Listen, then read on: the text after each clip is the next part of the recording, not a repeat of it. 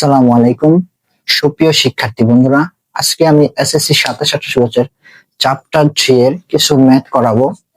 দেখেন, আমাদের প্রশ্ন আছে x y সমান 2, xy সমান 24। বলছে x প্লাস y এর মান কত। আমরা লিখবো x প্লাস y। মনে রাখবো, আমরা যার মান বের করব তাকে বর্গ করতে হবে। তাকে কি করতে হবে? বর্গ। x প্লাস y আর কি করলাম? বর্গ। এখন আমরা জানি x রে a ধরি এবং y রে কি ধরি? b। তাহলে সূত্র কি হচ্ছে? a plus b whole square. আমরা জানি a plus b whole square সূত্র কি? সূত্র হচ্ছে এরকম, মান নির্ণয়ের মানটা কিসের? আমাদের আগে দেখতে হবে মানটা কিসের। মানটা আসে কিসের? মাইনাসের। x মাইনাস y সমান কত দিয়ে আছে? 2। তাহলে সূত্রটা কি পড়বো? x minus y whole square plus 4xy। দেখেন, আমরা যদি x রে a ধরি, y রে b ধরি, কি হচ্ছে? a minus b whole square plus 4ab। এটা হচ্ছে সূত্র।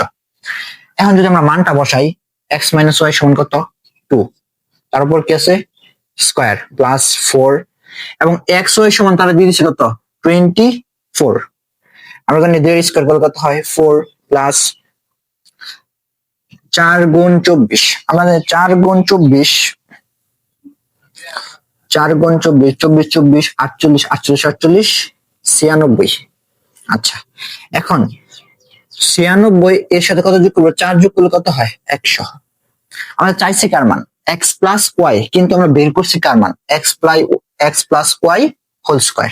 এখন দেখেন, x plus y, x plus y, কারণ এখন এই পাশে স্কয়ারটা, এই পাশে কি হয়? রুট হয়। এই পাশে কি হয়? রুট। এই পাশে রুট করলে কত হয়? রুট করলে কত হয়? 10। কত হয়? 10। তার মানে x প্লাস y এর মান আমরা কত পাইছি? 10। কিন্তু আমরা যদি কোনো রুট করি তাহলে কি হয়? Plus minus. তার মানে x প্লাস y সমান কত পাইছি? প্লাস 10। Plus minus